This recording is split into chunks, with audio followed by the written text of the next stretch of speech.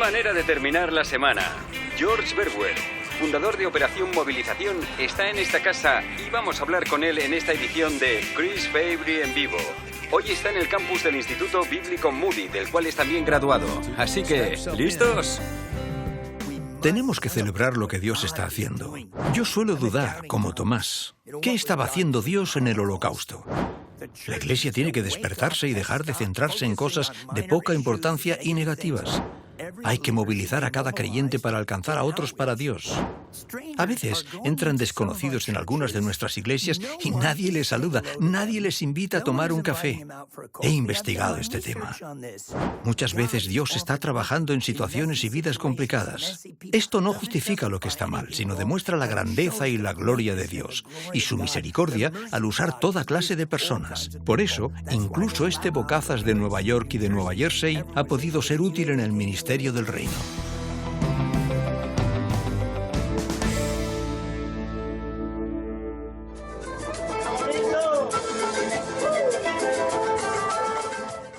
George Verwer siempre ha bailado al son de otra melodía. Es único, el fundador apasionado y a veces provocador de una de las agencias misioneras más grandes y más conocidas en el mundo, Operación Movilización.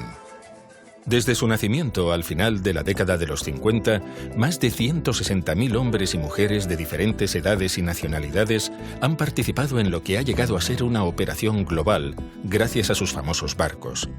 Su objetivo, demostrar y proclamar el amor de Dios.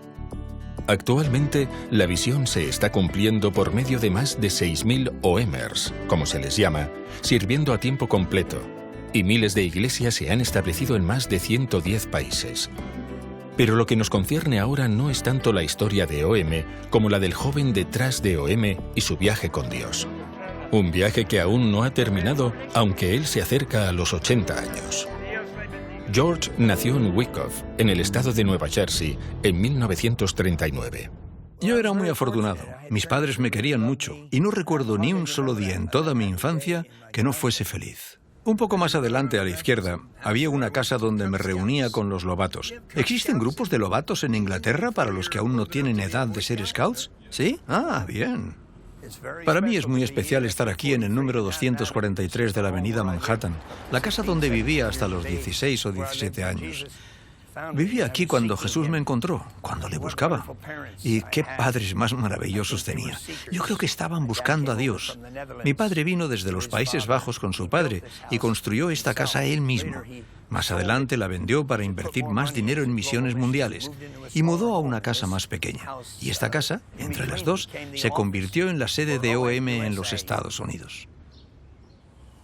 Este es el colegio donde cursé los estudios de primaria hasta los 13 años. Los profesores aquí ejercían una influencia muy positiva. Recuerdo que nos entregaron ejemplares del Nuevo Testamento de los Gedeones en el auditorio del colegio. Y leí ese Nuevo Testamento. Creo que de alguna forma, en mi mente, acepté a Cristo durante ese periodo. A lo mejor firmé la última página del Nuevo Testamento. A la edad de 11 años, George se trasladó al Instituto Ramsey, pero según avanzaba por la adolescencia, un mundo más oscuro se abría delante de él. A los 16 años iba camino de la adicción. Me metí un poco en la pornografía, pero lo mío era tener una chica tras otra. Luego me enredé en el mundo del baile, aunque no era todo malo. Un día entré en un vestuario y vi a un chico que llevaba una Biblia y no decía palabrotas, mientras que yo era muy grosero. Se llamaba Danny Clapp y él y su madre empezaron a orar por mí. Me mandaron un evangelio de Juan y esa mujer oraba por mí, pero cada año yo empeoraba un poco más. Tenía un ego enorme, me encantaba bailar, mucho romance, hasta que Dios intervino. Y lo hizo a través de un hombre de negocios que le mandó una entrada para el Madison Square Gardens, para escuchar a un joven evangelista que estaba ganando bastante fama.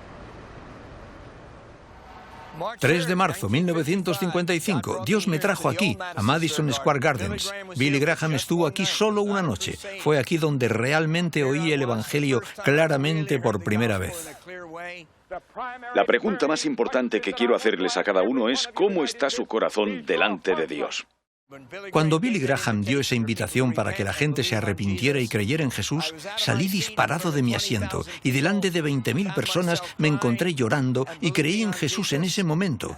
Y ese encuentro asombroso ha sido una realidad prácticamente todos los días desde entonces. George pronto descubrió una pasión por compartir su nueva fe. Una de sus primeras oportunidades para hacerlo fue en el Instituto Ramsey.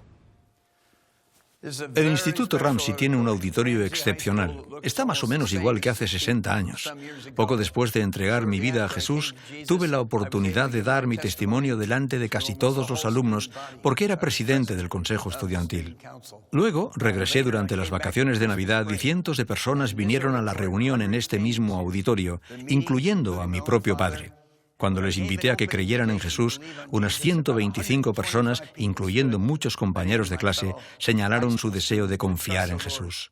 Las oraciones de Dorothea Clapp por la conversión de George habían sido contestadas, y ahora estaba empezando a responder a sus oraciones para que fuera misionero, pues tenía un corazón y un don de evangelización que encontraban su expresión en las calles de Nueva York. Times Square ocupa un lugar muy especial en mi vida porque 2 años después de entregar mi vida a Jesús, alquilaba autobuses para traer a la gente a la famosa campaña de Billy Graham de 1957 celebrada aquí, y donde decenas de miles de personas pusieron su fe en El Salvador. Una noche el aforo estaba completo y yo no quería ocupar un asiento donde podría sentarse alguien que aún no hubiera oído el Evangelio. Así que salí aquí afuera y me puse a predicar el Evangelio al aire libre por primera vez en mi vida. También en esas calles se estaba formando una visión que con el tiempo culminaría en Operación Movilización. Vine aquí siendo todavía un creyente joven y distribuí miles y miles de folletos con la convicción de que cada persona en el mundo debería recibir el Evangelio al menos una vez en su vida. Nunca he perdido esa convicción y es parte del corazón, parte del latido del corazón de Operación Movilización.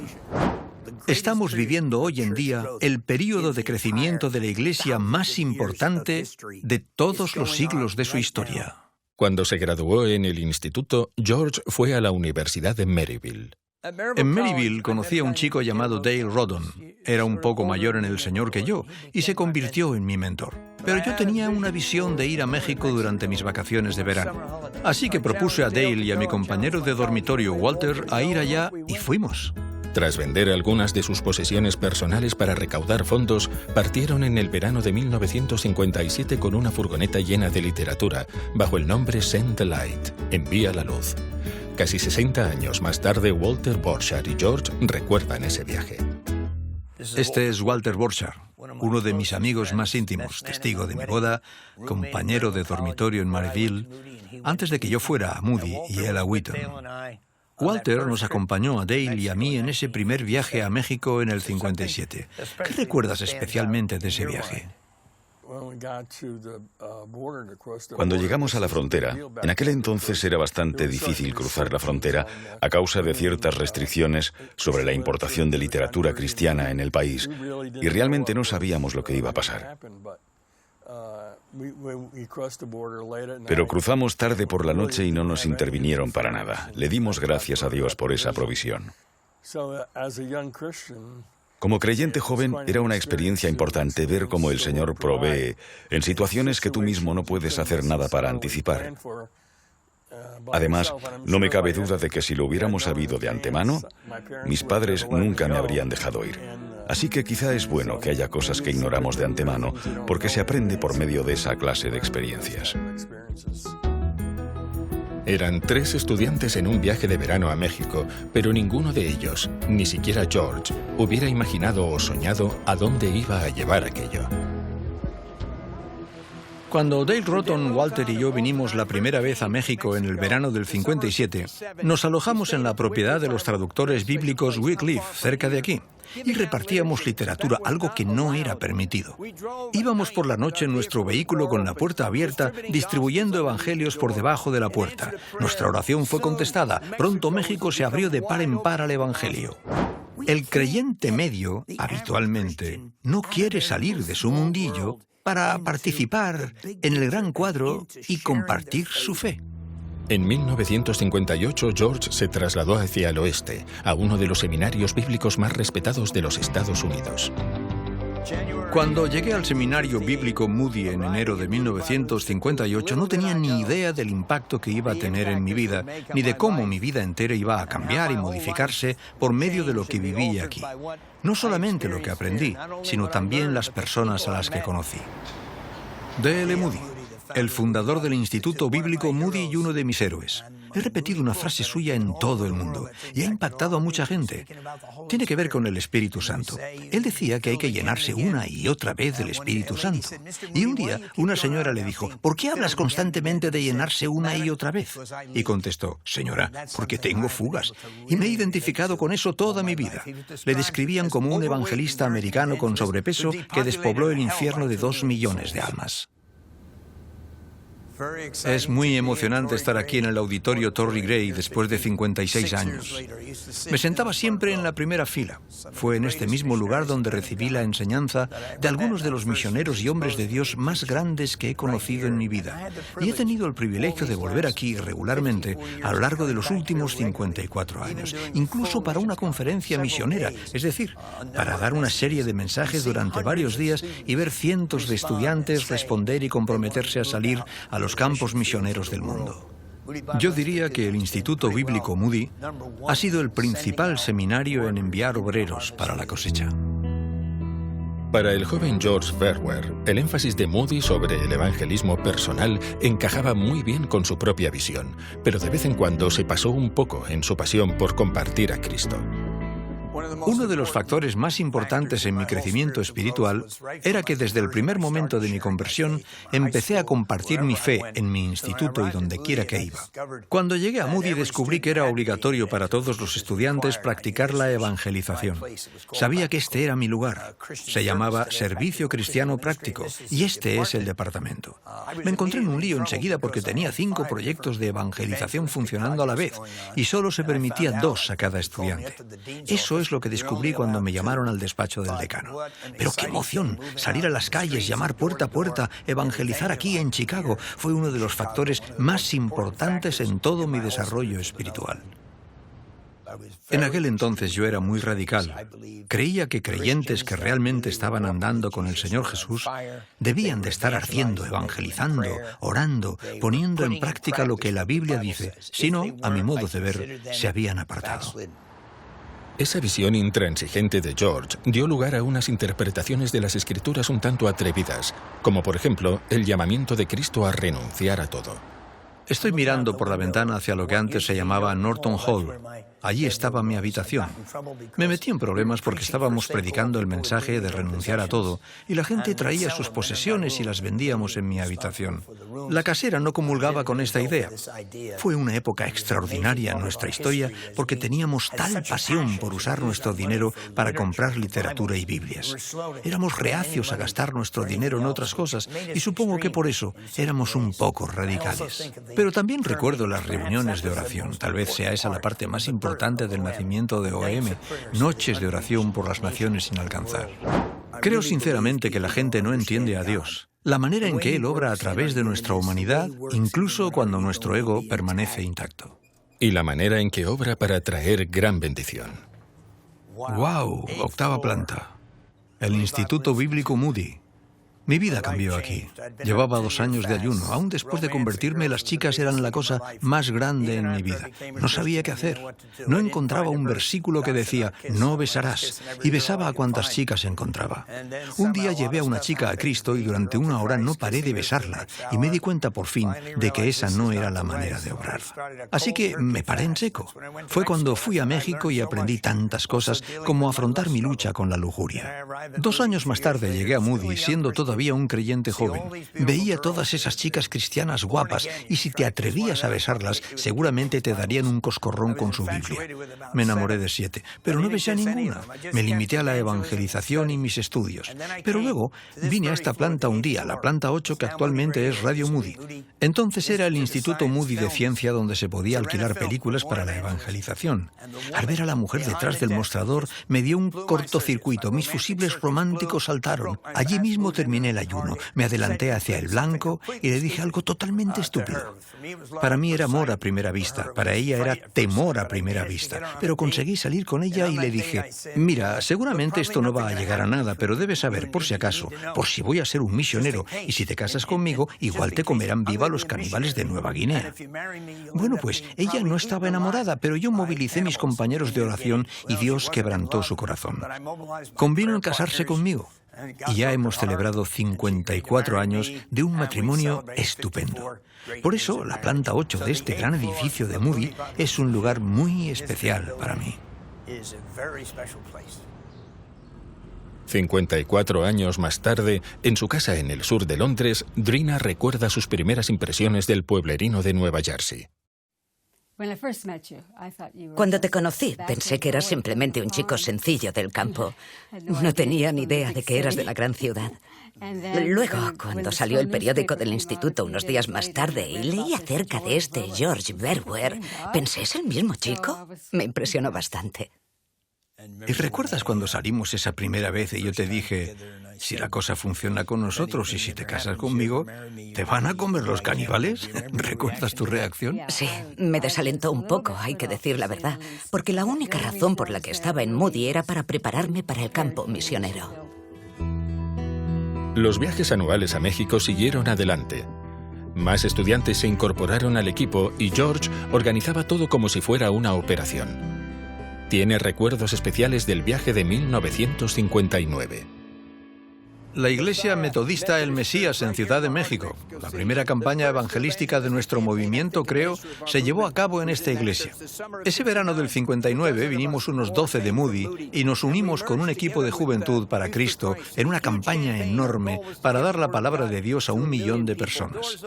Iglesias en toda la ciudad se me abrieron para que hablara en ellas. Fue un verano fenomenal en la historia de nuestro movimiento y la obra ha seguido adelante en México desde entonces. Un año más tarde, en 1960, George se graduó y él y Drina se casaron. La luna de miel era, ya lo has adivinado, un largo viaje en coche a Ciudad de México, donde se iban a vivir. Ya habían vendido todo para comprar literatura bíblica. Bueno, casi todo. La gente siempre me pregunta si es verdad que intentamos vender la tarta de boda para comprar gasolina para el viaje. ¿Recuerdas si lo hicimos? Oh, sí. Yo tenía unos $1000 en efectivo en mi bolso que llevaba encima. Se me había olvidado eso. Además, la tarta estaba en el asiento de atrás y pensé para mí misma, ¿por qué no está dispuesto a gastar un poco del dinero? Y creo que una de las cosas que más corte me daban era que llegábamos a una ciudad y antes del atardecer, él buscaba en la guía telefónica. ¿Recuerdas eso? Sí. Para encontrar el número del pastor evangélico.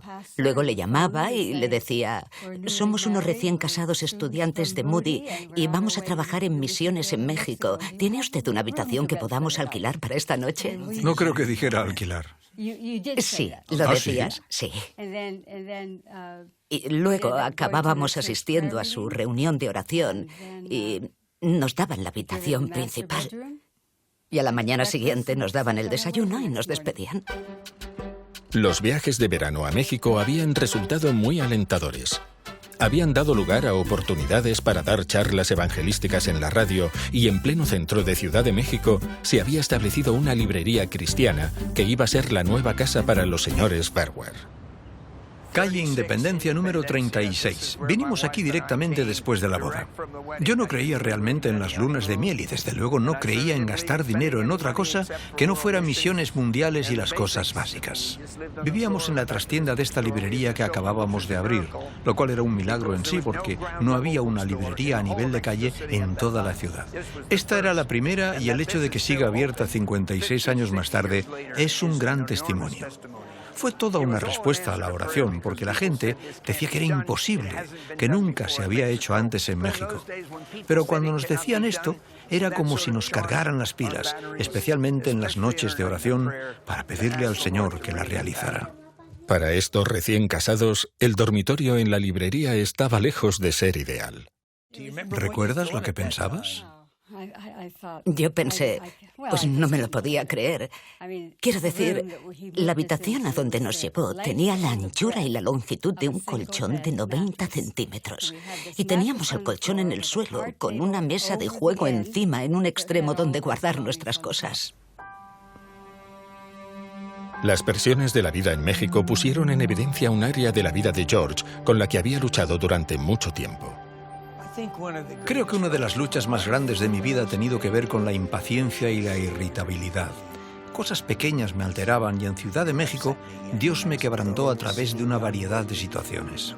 Leí casi todos los versículos en el Nuevo Testamento sobre la paciencia e hice un nuevo compromiso con el Señor. No llegué a estallar, pero aún así mi forma de ser era dañina. Y seguro que hice daño a la gente en el transcurso del trabajo por mi impaciencia y mi tendencia a reaccionar demasiado rápido. Quizá esa fue mi mayor debilidad, el hecho de que mi lengua adelantaba a mi cerebro. La obra en Ciudad de México seguía adelante, muchas veces en colaboración con otras agencias misioneras. Hoy en día, tan solo en Ciudad de México existen más de 1000 iglesias, pero George estaba inquieto.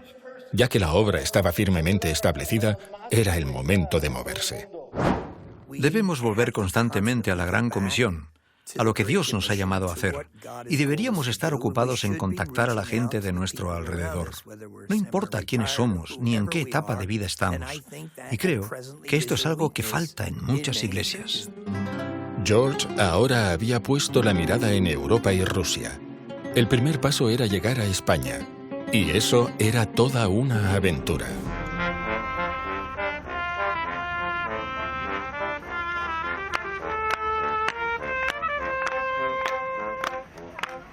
Qué ilusión estar aquí en la Plaza Mayor, en el corazón de Madrid, donde Drina y yo llegamos 8 meses después de casarnos. Creo que en aquel entonces yo estaba un poco loco. Vine en el barco Queen Elizabeth y fui a París para comprar un coche económico, porque pensé, tenemos que disponer de un coche. Mandé a Drina embarazada de 6 o 7 meses en un avión sola a Madrid. Mientras tanto, el motor del coche se reventó en Francia y tuve toda clase de problemas en llegar desde París a Madrid. No habíamos preparado nada, no teníamos dónde alojarnos, pero de alguna forma llegué al aeropuerto justo después de aterrizar su avión.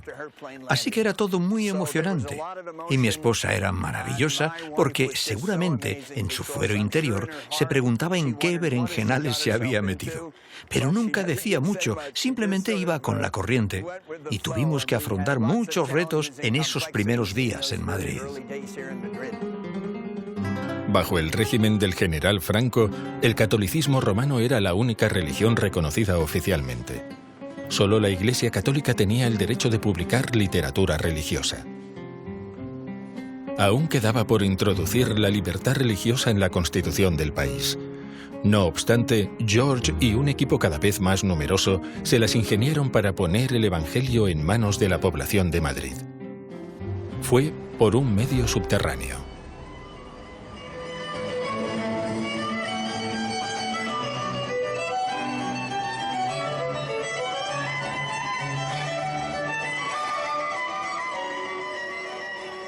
La Iglesia Católica había publicado una versión del Nuevo Testamento y George y su equipo lo usaron como libro de texto de un curso por correspondencia con preguntas que los estudiantes debían contestar. La manera en que debían encontrar las respuestas era genial.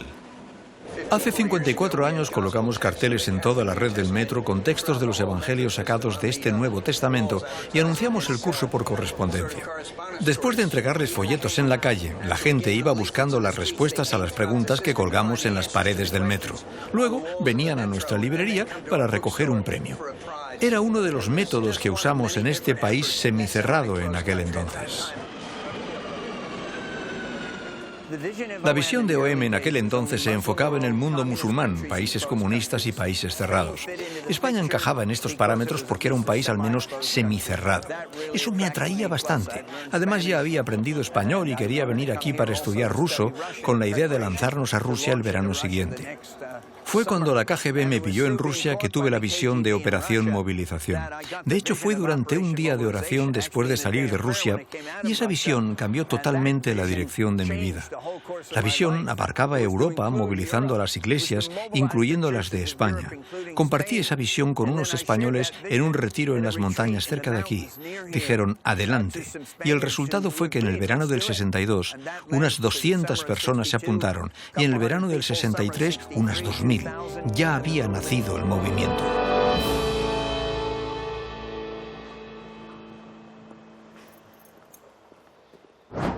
Necesitamos fomentar un ministerio de ánimo, y si tenemos algo negativo que compartir, debemos hacerlo como dice Swindoll en uno de mis libros favoritos, El despertar de la gracia, con gracia, exhortar con gracia y disentir con gracia. Esa clase de revolución de amor me emociona.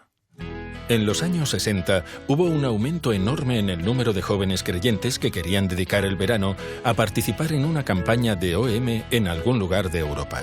George era cada vez más solicitado como conferenciante y su mensaje sin concesiones estaba despertando una iglesia aletargada.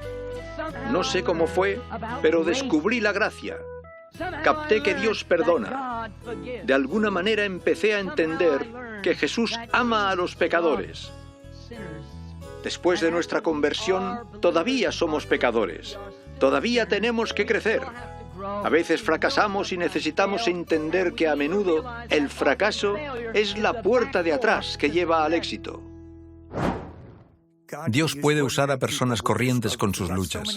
Algunas piensan que hasta que consigan la victoria total sobre cosas como la masturbación, la lujuria, la pornografía, ¿cómo los puede usar Dios? Algunos de los más grandes de la historia han tenido toda clase de luchas toda su vida. Somos peregrinos, no podemos renunciar porque no hemos ganado aún la victoria sobre alguna área de nuestra vida. En 1964, mientras los equipos de OM estaban llevando el Evangelio a todas partes de Europa, George hizo un viaje que no iba a olvidar jamás a la India.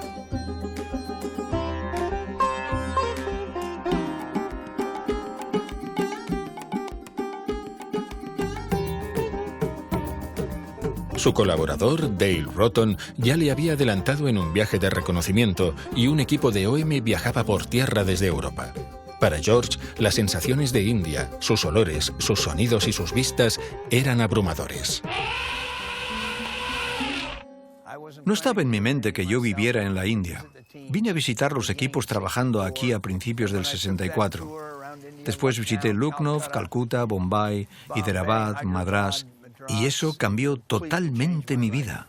Me sobrevino una pasión por la India y la conciencia de que esta nación iba a ocupar un lugar muy grande en mi vida.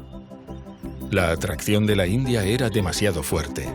George y Drina se trasladaron a Bombay y con ellos 2 niños pequeños y una hija recién nacida.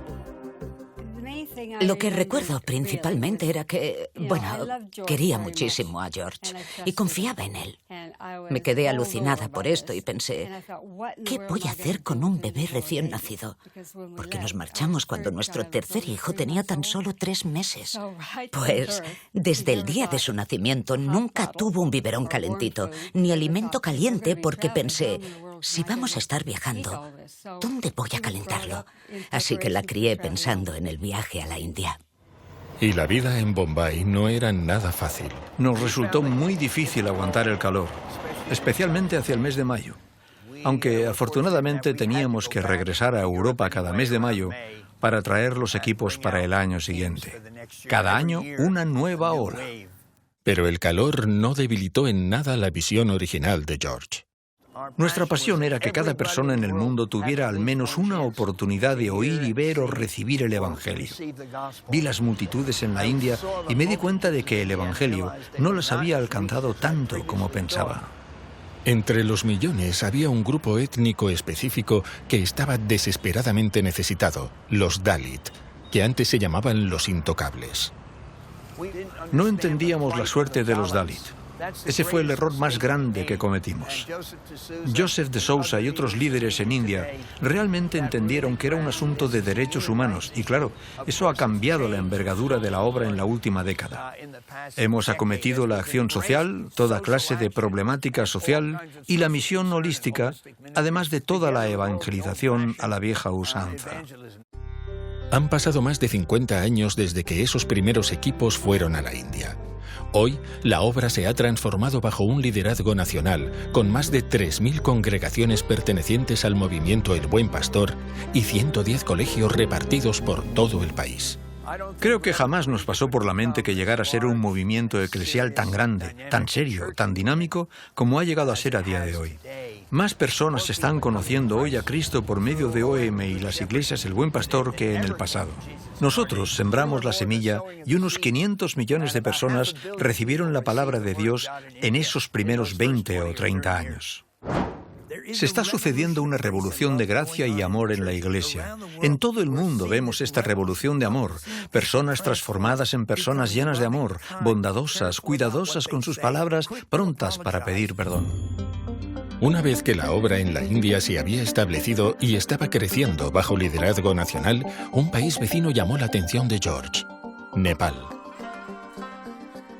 En aquel entonces, Nepal era un país relativamente desconocido, salvo para montañistas intrépidos atraídos por el reto de los Himalayas y el Everest, y los hippies aventureros con ganas de experimentar las sensaciones de una tierra exótica.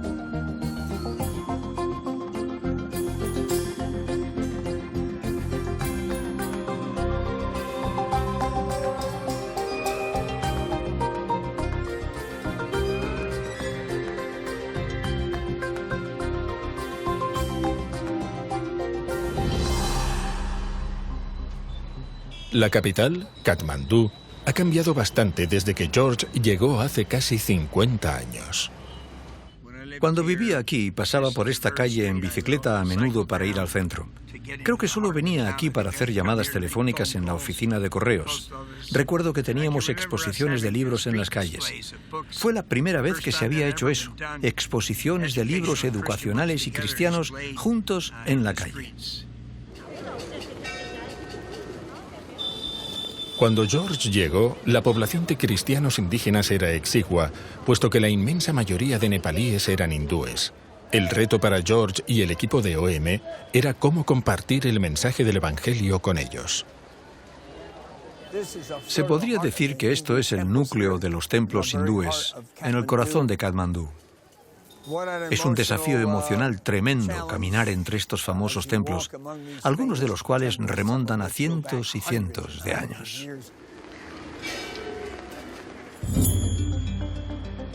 A una altitud de casi 1.500 metros, Katmandú ofreció un alivio después del calor opresivo de Bombay. Y cuando no estaba lloviendo, hasta se podía avistar los Himalayas. George, Drina, Ben, Daniel y Krista vivieron allí durante 2 años mientras se establecía la obra. 50 años más tarde, su primera casa en Katmandú existe todavía. Es increíble que exista todavía. Aquí vivíamos 2 o 3 familias, equipos que venían desde la India para la formación de líderes en el 68 y 69. Ahora hay unas tiendas en la planta baja, pero en este sitio Dios se encontró con nosotros y nació un movimiento. Solo se contará toda la historia en el cielo. Y una parte de esa historia relatará cómo la obra de OM y de muchas otras misiones ha dado fruto.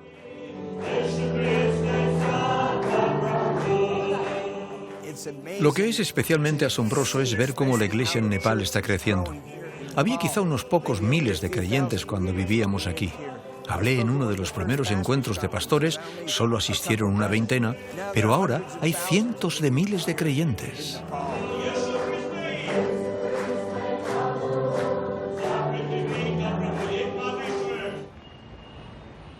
En el hotel del aeropuerto de Katmandú se está celebrando un evento especial. Es un cumpleaños, pero con una diferencia. Hace 60 años, George se convirtió.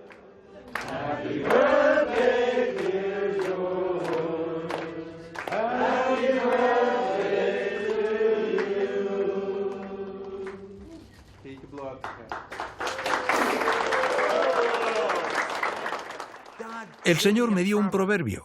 Donde 2 o 3 creyentes están reunidos, tarde o temprano se va a armar un lío.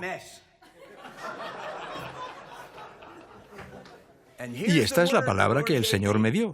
Y estoy convencido de que Él me lo dio. Liología. Liología es un concepto sencillo y no se trata de mí. No se trata del lío, sino que se trata de Dios, que puede obrar en medio de situaciones complicadas y liadas. En cada nación a donde iba, escuchaba acerca de situaciones complicadas en iglesias y organizaciones cristianas.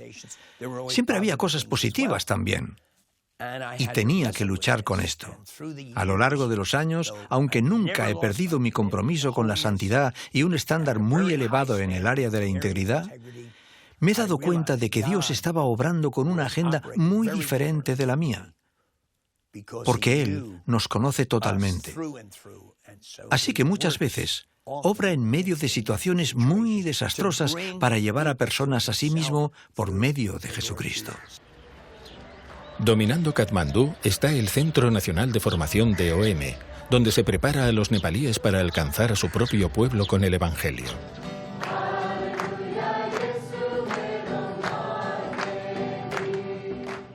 En algunas culturas donde he ministrado en diferentes partes del mundo, la gente piensa que cuando pecan pierden su salvación y que irán al infierno. Cuando pecamos, como cristianos, perdemos el gozo de nuestra salvación, no la salvación. Así que toda mi vida he tenido esa seguridad. Soy un hijo de Dios. Y cuando peco y fracaso en algo, sé que Dios me ama, me arrepiento rápidamente y experimento su limpieza. Uno de los temas principales que trato en mis mensajes es ¿crees realmente que Dios te ama? Especialmente cuando fracasas y especialmente cuando fracasas en el área del pecado sexual que aparentemente causa un nivel de culpabilidad 10 veces más alto que cualquier otro pecado. ¿Te das cuenta de que Dios te ama todavía, te perdona y quiere usarte y obrar por medio de ti? Es tan emocionante estar aquí en este centro de formación y evangelización de OM en Nepal. Recuerdo que vine hace un par de años cuando lo dedicamos. Había líderes de todas partes de Nepal. Dios está haciendo una obra grande aquí y OM Nepal tiene el privilegio de encontrarse en el centro de mucho de lo que Dios está haciendo. La relación remonta a unos 48 años. Tan solo unas pocas semanas después de la visita de George a Katmandú, 2 terremotos dejaron a Nepal devastado y mataron a 9.000 personas. Gracias a Dios, el equipo de OM no sufrió ningún percance y se involucraron rápidamente en la distribución de alimentos y agua, la construcción de refugios y el apoyo a aquellos traumatizados por el desastre. Hubo momentos en los que deseaba tirar la toalla, de verdad. Hubo momentos en los que la oscuridad era muy profunda. A veces luchaba para creer que Dios existía. Eso estaba relacionado con mi lucha, a lo largo de toda la vida, con el tema de por qué Dios permite tanto sufrimiento, y mi lucha de años con ciertos pasajes en el Nuevo Testamento y todo el tema del juicio feroz que encontramos en él. Eso ocurría solo en mis momentos de mayor oscuridad e incredulidad, pero era una lucha muy grande. Desde el principio, la distribución de literatura formaba una parte importante del ministerio de OM, pero la logística de transportarla a países lejanos como India y Nepal significaba viajes de miles de kilómetros por carretera. Los viajes eran peligrosos muchas veces y podían tardar semanas. Mientras tanto, se estaba formando una idea en la mente de George, y cuando él y la familia se trasladaron a Bolton, en el norte de Inglaterra, todo se hizo claro. Lo que ocurrió aquí, en este edificio, iba a transformar la obra de OM. ¡Hala! Yo creo que este es uno de los edificios más históricos de todos los del ministerio de OM. Es el pub que convertimos en una librería hace 50 años, y mi esposa y yo vivíamos aquí. Más adelante, la base entera de OM en el Reino Unido ocupó el edificio y fue aquí donde nació la idea de tener un barco para la evangelización mundial. Dios está haciendo grandes cosas hoy en día. No deberíamos ser tan negativos ni tan caprichosos. El sueño de George tardaría unos 5 años en hacerse realidad. Encontrar el barco era la parte fácil. un antiguo barco danés de mercancías y pasajeros. La parte difícil era encontrar la tripulación. Uno de los retos más grandes era encontrar una tripulación. Era imprescindible contar con profesionales de la Marina Mercante y esa era nuestra prioridad, más que la de conseguir el barco. Y Dios nos dio unas personas claves, un primer maquinista y un capitán, incluso antes de tener el barco. Fue un desafío y un avance importante. El barco Logos fue el primero en una serie de 4 barcos. En 1978, al crecer el trabajo, se incorporó un segundo barco, el Doulos. Ahora con los 2 barcos se estaba realizando la visión. Pero como diría George en su juventud, todavía faltaba muchísimo. Cada uno de nosotros tiene una Biblia y tenemos una deuda grande con esa gran obra de literatura. Y pienso que somos egoístas cuando tenemos en nuestro poder una Biblia y algunos libros cristianos y no nos preocupa que muchas otras personas, probablemente la mitad de la población del mundo, ni siquiera han recibido el Evangelio en un folleto. Creo que es natural, si el amor de Cristo está obrando en nuestros corazones, que tengamos también el deseo de distribuir este mensaje. El ministerio de OM en los barcos iba bien, pero no sin momentos de prueba. Uno de los incidentes más desafiantes fue la pérdida del Logos cerca de la costa de Sudamérica en 1988. Pero Dios, en su misericordia, salvaguardó las vidas de toda la tripulación. Como resultado, nos hicimos con el Logos II, un barco estupendo que estuvo en servicio mucho tiempo. Después de 2004, cuando el Doulos y Logos II fueron retirados, el ministerio ha continuado con el Logos Hope. Este barco, al igual que sus predecesores, está desempeñando un papel enorme en el cumplimiento del sueño que George tuvo hace 50 años. Mi sueño era de algo que impactaría una ciudad de tal manera que atraería a la gente. La noticia de Jesús y de lo que creemos se difundiría por la prensa y la televisión, y eso es lo que ha sucedido en estos 44 años. Al menos 100 millones de personas han recibido algo del Evangelio por medio de estos 4 barcos, todo el personal y la tripulación. George ha venido al astillero Keppel en Singapur, donde el barco Logos Hope está pasando por una renovación importante. A sus más de 40 años, necesita 2 nuevos generadores, una nueva caldera y una renovación completa del sistema eléctrico. Siendo un barco mucho más grande que el Logos original, la vida a bordo es bastante más cómoda que lo fue hace 44 años. Mi esposa y yo y nuestra familia vivíamos en el primer barco. Circunnavegamos África en su viaje inaugural. Fue uno de los periodos más importantes de mi vida porque yo era director del barco y de OM a la vez. Tuve que aprender muchas lecciones espirituales en ese viaje. ¿Recuerdas ese viaje? ¿Recuerdas las primeras semanas viviendo en el barco? Era una vida muy restrictiva. Casi podías tocar las paredes al ponerte en pie y extender los brazos a cada lado. Los 3 niños compartían una misma habitación.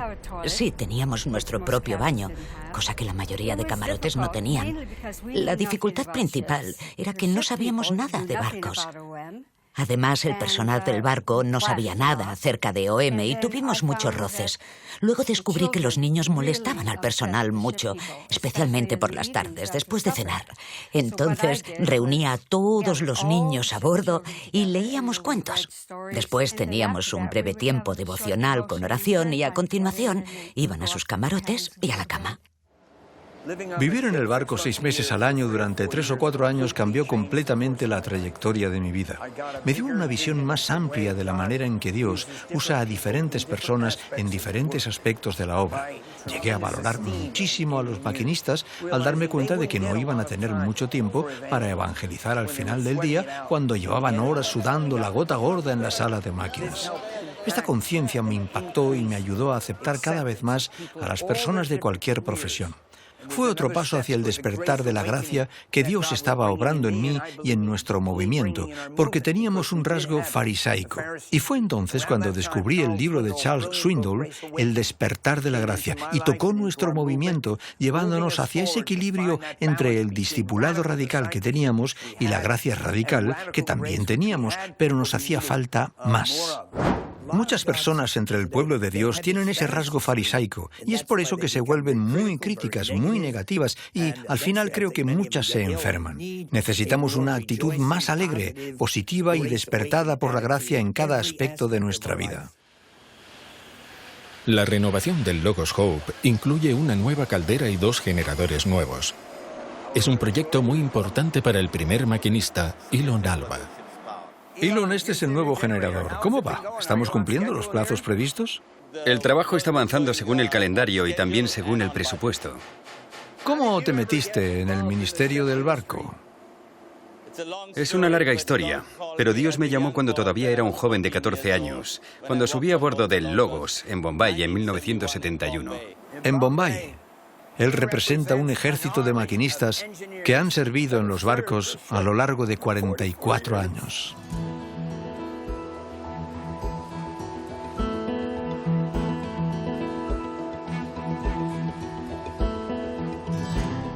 Un mes después de la visita de George, se terminó el trabajo de renovación. El Logos Hope está de nuevo en el mar con su nueva caldera y generadores. Singapur es también la sede de OM Internacional. Como ex coordinador internacional, George tiene muchas ganas de visitar al más reciente director internacional, Lawrence Stone, y a su esposa Susan. Hola, George. ¡Guau! ¡Cuánto tiempo! Qué gusto verte y darte la bienvenida a Singapur. Gracias. Y a nuestro despacho. Es una provisión magnífica de parte del Señor. Gracias al Señor. Susan, qué placer verte. Ya llevas año y medio en el papel de coordinador internacional de este movimiento. ¿Cómo ha impactado tu propio andar con el Señor y cómo has podido mantener esa relación con Jesús? He aprendido más y más cuán débil soy como ser humano. Es imposible que una sola persona sobrelleve esta carga. Hay días que me despierto pensando, no puedo con este asunto, pero lo llevo al Señor en oración y en el transcurso del día el asunto se va abriendo y veo que el Señor ha aumentado mi capacidad para tratar esa situación. Hemos de ser humildes delante del Señor y dejar que Él obre en nosotros. Dios ha cambiado mi mente, mis opiniones y mi testarudez en muchos asuntos para que pueda comprender los problemas que otros están afrontando. Es un caminar a diario con el Señor. Necesitamos que más jóvenes estén dispuestos a enrolarse para los ministerios en el barco. Es quizá una de las experiencias que más edifica el carácter y expone a la persona a la obra misionera. George dejó el cargo de director internacional de OM en 2003. Le sucedió el director de OM en el Reino Unido, Peter Maiden, el cual vivía en la región de los lagos, en el norte de Inglaterra. Peter, me hace mucha ilusión estar contigo aquí en esta región. Y estoy muy agradecido por tu amistad que ha durado más de 40 y tantos años. Tuve muchas luchas como director y al mirar atrás, a veces me pregunto cómo Dios me llegó a meter en ese papel. Al repasar los 10 años que tú pasaste como director, ¿qué tal te fue? Creo que estaba muy ocupado durante esos 10 años. Y a veces mi propio andar con el Señor sufrió a causa de esa sobreocupación. Y me pesa en un sentido. Estaba convencido en 2013, cuando pasé el relevo, que era el momento indicado, y ha sido una gozada. Y lo que estoy haciendo ahora me encanta: enseñar, predicar, escribir, viajar. Estoy haciendo lo que me encanta hacer. ¿Y qué tal la jubilación? ¿Te sientes presionado? A mí me están presionando para que me jubile. ¿Qué piensas tú al respecto? Pues sí. Mi esposa me presiona un poco. No tanto para que me jubile, sino para que vaya dejando algunas cosas. Y no es fácil conseguir un equilibrio. Pero creo que hay etapas en la vida, y esta es una nueva etapa para mí. No tiene por qué ser tan intensa como la anterior. Es cuestión de conseguir ese equilibrio. Para George, con sus más de 75 años, la jubilación nunca ha sido una opción. Pienso que uno de los peores pecados del creyente medio es el desperdicio del tiempo. Cuando veo cómo la gente usa su tiempo, me entran ganas de gritar. Y una vez más tengo que arrepentirme de mi mala actitud. Es probable que George esté más ocupado hoy que nunca. Viaja por todo el mundo en respuesta a invitaciones a dar charlas, para motivar a cristianos en su andar con el Señor y lanzarles el reto de la misión mundial. Incluso cuando está viajando, su ministerio continúa. Donde quiera que vaya, está con su portátil enviando mensajes de ánimo a las miles de personas con las que está en contacto y por las que ora. No desperdicia ni un momento de su tiempo. Un autor cristiano lo expresó así: de todas las grandes virtudes cristianas, el celo es la que más nos cuesta. Cuando la gente me dice que tengo mucho celo, pienso, pues muchas gracias. Los psicólogos y escritores me calificarían como una persona orientada hacia una causa. Cuando descubrí esta causa, la causa más grande de todo el mundo, me consumió totalmente y me ha acompañado todos los días. Al lado de la casa de George y Trina está la oficina del Ministerio Proyectos Especiales, que George estableció para apoyar a ministerios pequeños y que a menudo pasan desapercibidos. Su asistente es Vera Sabramsky, una americana que lleva 35 años trabajando con George. Pues no me aburro nunca. Parte de mi trabajo consiste en gestionar su correspondencia y sus viajes para llegar a diferentes reuniones en todo el mundo. Hola Vera, ¿cómo va la cosa? Hola George, ¿todo bien? Sí, pero hay un problemilla con este viaje a Indonesia. Lo bueno de George es que practica lo que predica. Y si hace o dice algo hiriente, siempre vuelve y pide perdón. A veces llora y pide perdón.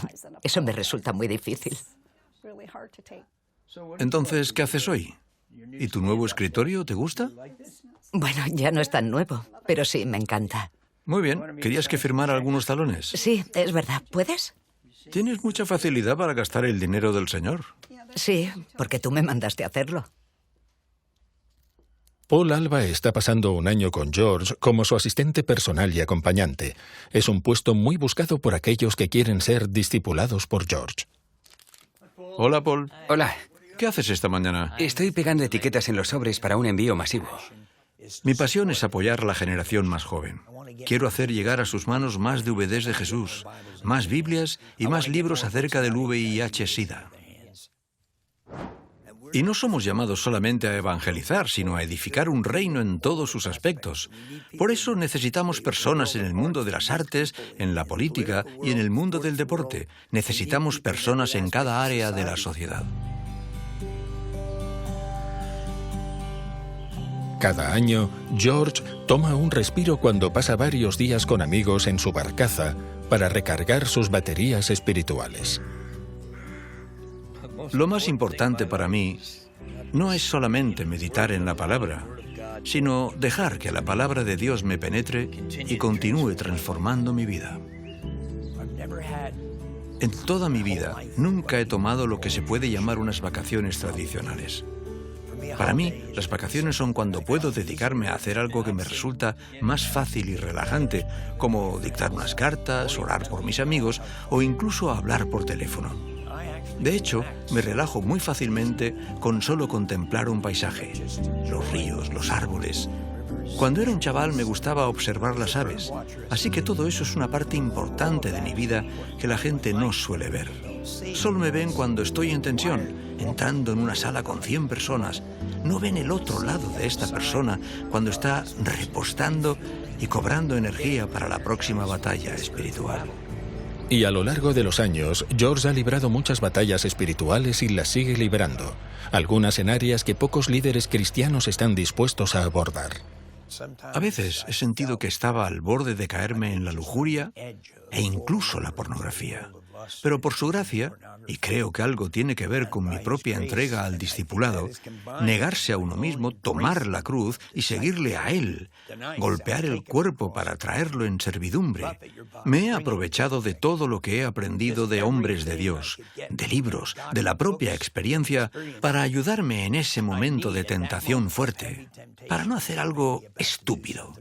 Y al leer acerca de los que realmente han fracasado al final, especialmente en el área del adulterio, eso me ha asustado de verdad, pensando que me podría pasar a mí. Así que, probablemente, soy especialmente cauto en esas áreas y creo que Dios lo ha usado. Tal vez ha sido esto, su disposición a hacerse vulnerable y rebajarse para compartir sus debilidades, por lo cual le ha agradado a Dios usarle en maneras tan extraordinarias, incluso desde que era un adolescente, con una pasión específica de parte de Dios. Mi motivación más grande sigue siendo el deseo de que cada persona en el mundo reciba el Evangelio al menos una vez. Sabemos que eso no es suficiente. Hudson Taylor dijo, si entregar el Evangelio una vez no es suficiente, ¿qué diremos si no se entrega ni una sola vez? Esa pasión me sobrevino en el primer año después de mi conversión y todavía la tengo. Que cada persona en el mundo tenga la oportunidad de conocer la gracia de Jesucristo que salva, sea por medio de una película, un folleto o cara a cara. Y espero que pueda seguir compartiendo ese mensaje hasta mi último aliento. Hola Vera, ¿me oyes? Estoy preocupado por ese viaje a Moscú. Preferiría volar con British Airways. Con EasyJet siempre hay complicaciones y cobran tanto por llevar otra maleta. Y ya sabes que queremos llevar muchos CDs y libros, así que...